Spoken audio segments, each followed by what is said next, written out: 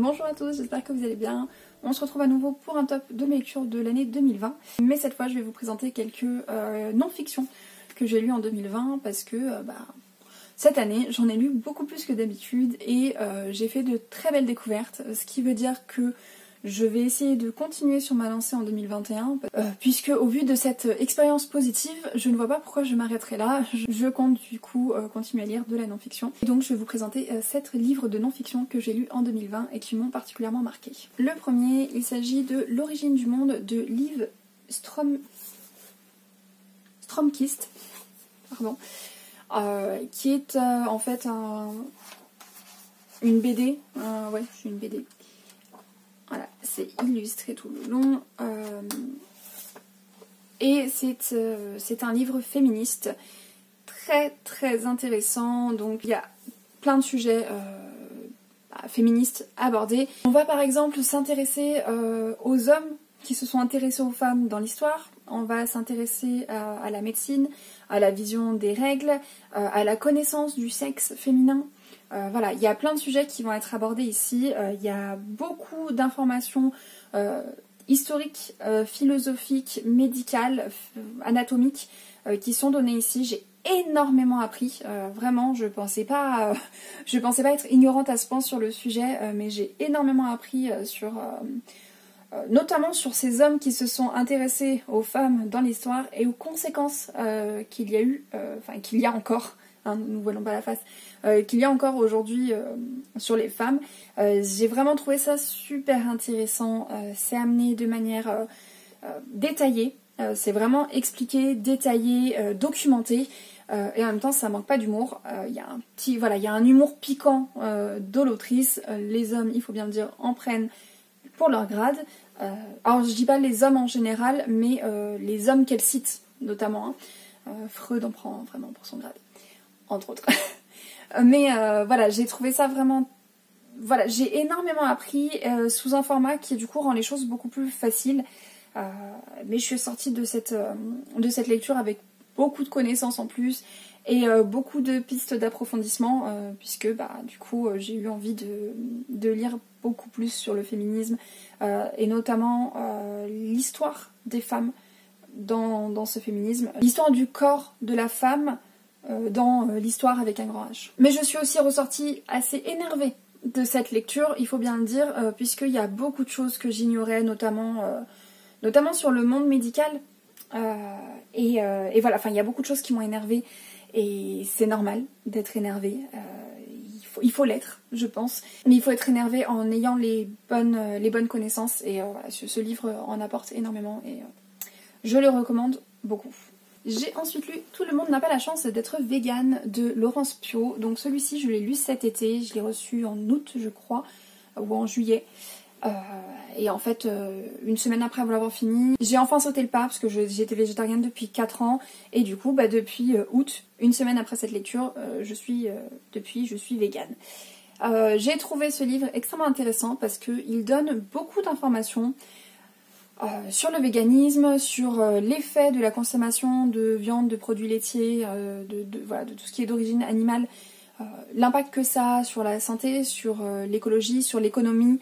Voilà, il y a beaucoup d'explications pour qu'on soit vraiment au clair sur ce que ça veut dire d'être végane, de ce que ça implique, de pourquoi l'autrice part de sa propre expérience et de pourquoi est-ce qu'elle a pris cette décision-là.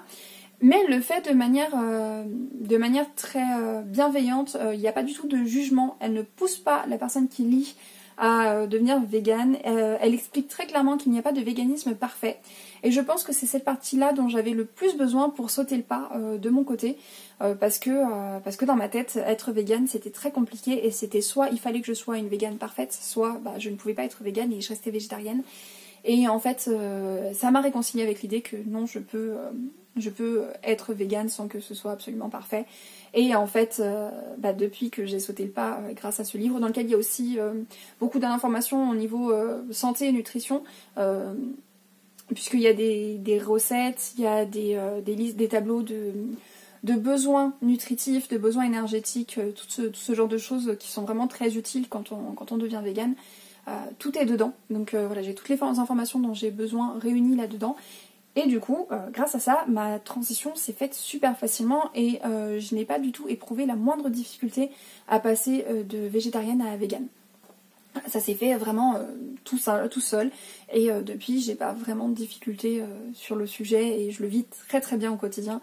Donc voilà, merci à ce livre qui m'a aidé à sauter le pas et qui m'a aussi apporté des réponses sur quelques petites questions qui me restaient et m'a aussi orientée vers des documentaires très intéressants que j'ai partagés autour de moi et qui ont aussi beaucoup plu, enfin qui répondent à des questions que je n'avais pas encore envisagées mais qui sont très intéressantes. Donc voilà, ce livre a vraiment ce côté... il donne des explications, il donne le point de vue de l'autrice en expliquant que c'est un point de vue et que ce n'est à imposer à personne. Donc c'est vraiment agréable de lire ça comme ça et très déculpabilisant. Cette année, j'ai aussi lu Why I'm No Longer Talking to White People About Race de Reni Eddo-Lodge. Donc je l'ai lu en avril peut-être, ou mars, je ne sais plus, dans cette période-là. Ce livre est extrêmement intéressant, extrêmement important. Il a été traduit en français, il me semble. Alors le titre c'est Le racisme est un problème de blanc, je crois. Je ne sais pas. Je vérifierai ça et je vous mettrai ça en barre d'infos parce que j'ai un doute sur le titre exact en français. Mais en tout cas, il est traduit si ça vous intéresse. Et dedans, Reni Eddo-Lodge en fait reprend un post qu'elle avait fait sur son blog dans lequel elle expliquait que voilà, elle avait plus la patience en fait d'expliquer aux blancs le racisme, ce que c'était et pourquoi, et de justifier ce qui était du racisme et ce qui en était pas, et de devoir éduquer les blancs. Et en fait, suite à ce post, elle a eu beaucoup de retours et elle a décidé d'écrire ce livre dans lequel elle revient dessus. Elle explique donc ce qu'est le privilège blanc. Elle explique aussi le lien entre la race et les classes sociales. Elle parle de féminisme, elle parle d'histoire, de colonisation. Elle revient sur l'histoire de la Grande-Bretagne, sur la colonisation, sur des événements historiques qui ont encore un impact aujourd'hui et qui ont eu des impacts récents. Donc elle va revenir sur des événements beaucoup plus récents qui ont eu lieu. Elle parle de sa propre expérience aussi, au fil de ses études à l'université ou en grandissant. Elle aborde donc plusieurs thèmes importants, plusieurs sujets très importants. Et j'avoue que j'ai énormément appris, ça m'a beaucoup éduquée. Je pense qu'on devrait tous le lire.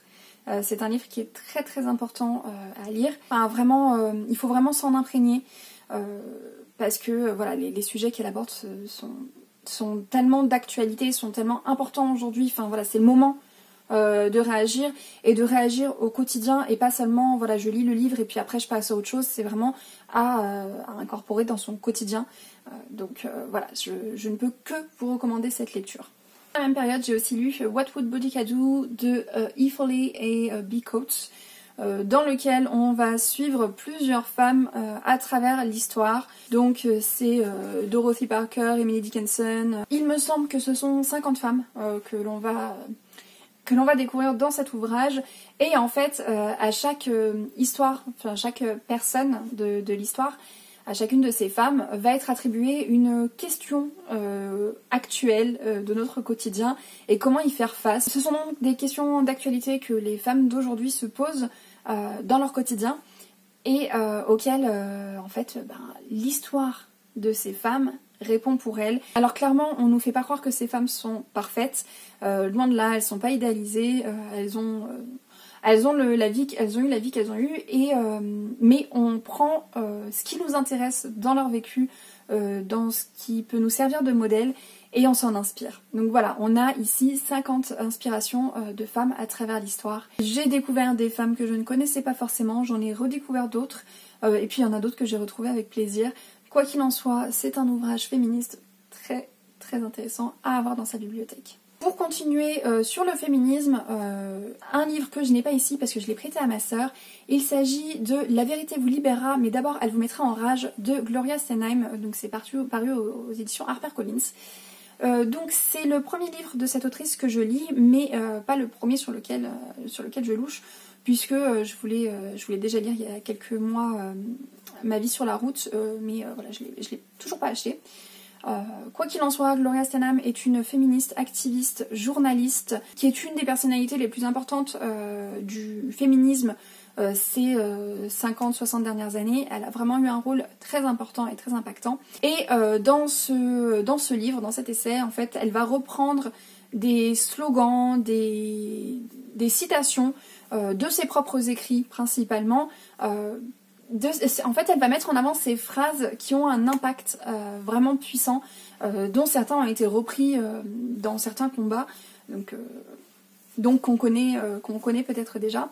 Elle va aussi, dans certains chapitres, citer d'autres femmes, d'autres citations, d'autres femmes féministes, et ce qui permet de découvrir d'autres activistes féministes et d'aller voir ce qu'elles ont pu dire, écrire ou communiquer au fil du temps. Donc voilà, ça permet de découvrir d'autres féministes au passage. Et puis surtout, moi ça m'a permis de me familiariser avec le style d'écriture, la manière de s'exprimer de Gloria Steinem, et j'ai beaucoup aimé. C'est une femme qui a toute mon admiration. Et j'ai trouvé le livre très agréable à lire, c'est-à-dire que ça se lit tout seul, c'est agréable, et en fait on a l'impression d'être en train d'avoir une discussion avec cette personne, et puis elle partage des anecdotes, elle partage des expériences, son avis, et on a presque envie de lui répondre et d'interagir avec elle, parce que ça se lit vraiment tout seul, par petits bouts, par-ci, par-là. J'ai trouvé ça vraiment intéressant, et surtout j'ai trouvé beaucoup de citations qui ont beaucoup résonné en moi, et qui ont de l'impact. Donc voilà. On change ensuite complètement de registre, puisque j'ai envie de vous parler de Hamilton, The Revolution, donc écrit par Lin-Manuel Miranda et Jeremy McCarter. Donc c'est le livre qui est en rapport avec la pièce, la comédie musicale Hamilton, alors que moi j'ai eu la chance de pouvoir voir sur scène à Londres en janvier, et qui depuis juillet est sortie sur Disney+. Et cette pièce est juste une merveille. Voilà, j'adore Hamilton, j'adore les musiques, j'adore tous les costumes, la mise en scène, j'adore le travail qui a été fait vraiment sur cette comédie musicale. Honnêtement, avant d'écouter les chansons et de la voir sur scène, j'avais pas la moindre idée de qui était Hamilton et de ce qu'il avait fait. Donc voilà. Et j'ai pris une bonne leçon d'histoire dans les dents, et j'ai adoré ça, moi qui d'habitude ai beaucoup de mal avec l'histoire. Et surtout j'ai adoré la manière dont Lin-Manuel Miranda a réussi à rendre en fait l'histoire de l'Amérique aussi intéressante et abordable pour tout le monde. En utilisant le hip-hop entre autres pour rendre ça en fait actuel. Il y a des messages super importants dans cette comédie musicale, pas seulement pour le côté histoire, mais vraiment pour les choix de mise en scène qui ont été faits, pour les choix du casting, pour les choix d'ajout de certains points historiques sur lesquels Lin-Manuel Miranda s'est permis quelques libertés, notamment concernant Eliza Schuyler, puisque comme c'était une femme, on a très peu parlé d'elle dans l'histoire, donc il s'est permis quelques petites libertés pour lui redonner la place qu'elle méritait. Et j'ai trouvé ça super intéressant. Et en fait, dans ce livre, on en parle. On a par exemple toutes les paroles des chansons avec plein d'explications, d'anecdotes. Et puis plein d'anecdotes sur la mise en place, sur tout ce qui a eu autour de la création de Hamilton, autour de la naissance du projet en fait, et comment ça s'est mis en place, et l'impact que ça a pu avoir sur le public, mais aussi sur la vie des acteurs, sur les réalisateurs, enfin sur toutes les personnes qui ont participé au projet. Et j'ai trouvé ça très très intéressant. J'ai appris énormément de faits historiques très intéressant dans ce livre, et c'est une pure merveille. En plus, il sent trop bon. Et enfin, dernier livre de ce top de mes non-fictions de 2020, j'ai lu Histoire dessinée de la guerre d'Algérie de Benjamin Stora et Sébastien Vassant. Donc celui-ci, je l'avais vu sur la chaîne de Lire avec Lilia, qui m'avait inspiré, qui m'avait donné envie de le lire. Donc je pense que je vous l'ai déjà dit ici, mais je suis algérienne, mes deux parents sont algériens, et je connais très peu l'histoire de l'Algérie finalement, parce que j'ai vécu toute ma vie en France, et que dans l'éducation française on n'étudie pas la guerre d'Algérie, on ne sait pas ce qui s'est passé en Algérie. Donc voilà, je suis assez ignorante sur l'histoire de mon propre pays, Et cette bande dessinée qui se concentre sur les années de la guerre d'Algérie, donc la guerre d'indépendance, est extrêmement bien faite, c'est très complet. Alors je suis complètement novice, voilà, donc je vous montre un petit peu les dessins. Donc je suis complètement novice sur le sujet, mais ça m'a paru complètement abordable. J'ai vraiment pu apprendre au fil des pages. Il n'y a pas besoin d'avoir de connaissances préalables, vraiment c'est à la portée de tout le monde. Et en plus le fait que ce soit sur format bande dessinée, du coup, rend ça beaucoup plus facile, sachant que le sujet lui-même est quand même très difficile. Ne serait-ce que parce que l'histoire d'Algérie était compliquée, parce que c'était pas juste les Français contre les Algériens, ça a été beaucoup plus complexe que ça.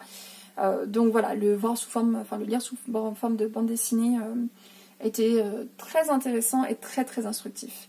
Et voilà, j'ai fini mon top de mes lectures de non-fiction de 2020. Donc comme je disais, j'espère en lire beaucoup encore en 2021. Parce que vraiment, en fait, j'ai réussi à trouver des formats qui réussissaient à bien m'accrocher. Parce que c'est vrai que la non-fiction, ça peut être un peu effrayant de se lancer dedans, puisque ça demande une concentration qui est complètement différente que de lire un roman de fiction. Ces formats un peu différents, un peu sous forme de dessiné, graphique, illustré, ou avec des chapitres très courts, ont rendu ça beaucoup plus abordable, beaucoup plus facile pour moi et ont aiguisé mon intérêt. Donc voilà, je pense que vous allez voir de plus en plus de non-fiction sur la chaîne. Du moins je l'espère, parce que c'est ce que j'ai envie de lire en ce moment. Voilà. J'espère que ça vous a plu. N'hésitez pas à me dire quels sont vos livres de non-fiction préférés, ceux qui vous ont le plus marqué, soit en 2020, soit même avant, ceux que vous me recommandez le plus. N'hésitez pas à me dire ça en commentaire. Sur ce, je vous souhaite à tous de très bonnes lectures et je vous dis à très bientôt.